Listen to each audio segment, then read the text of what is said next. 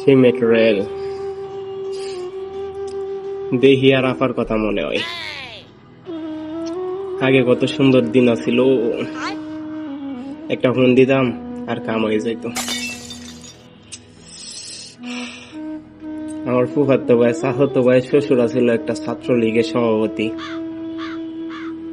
ওনারা ফোন দিলে যে কোনো কাজ ইজিলি হয়ে যাইত।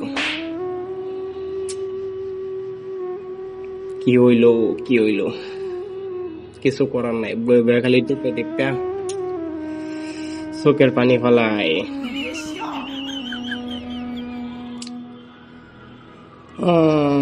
আবার বাপের দেশ, বাপের জমি বেচা এই মেট্রো রেল করছে,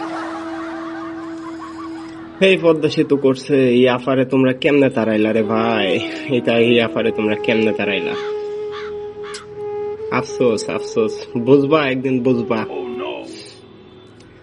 আফার যাইতে বড় রাক্ষস যখন আসবো না তখন বুঝবা। আফার তো যে মনে খাইতো ফিট বইরা কিলাই অল্প কিছু খাওয়াইতো, কিন্তু এমন চোরাইব ফিট বইরা খালি কিলাই খাইবা, খাইতে পাইবা না।